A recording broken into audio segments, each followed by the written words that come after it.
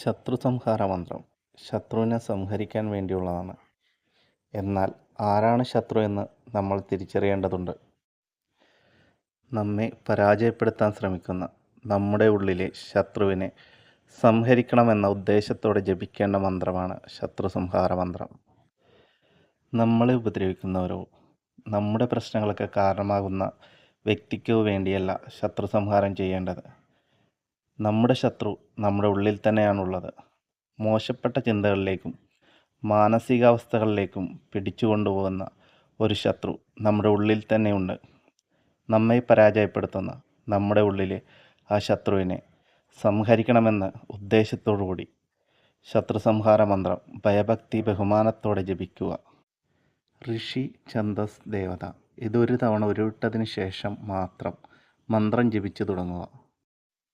ഓം ബ്രഹ്മഋഷി അനുഷ്ടപ് ഛന്ദഃ ശ്രീ ശരവരുദ്രോ ദേവത.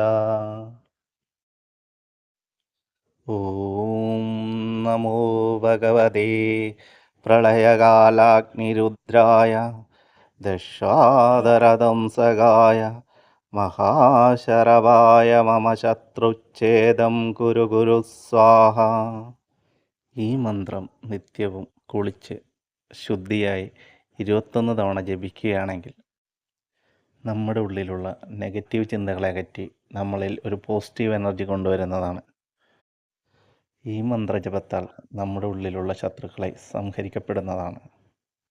ഇതുപോലുള്ള ആത്മീകമായ വീഡിയോകൾക്കായി ഞങ്ങളുടെ ചാനൽ ഒന്ന് സബ്സ്ക്രൈബ് ചെയ്യുക.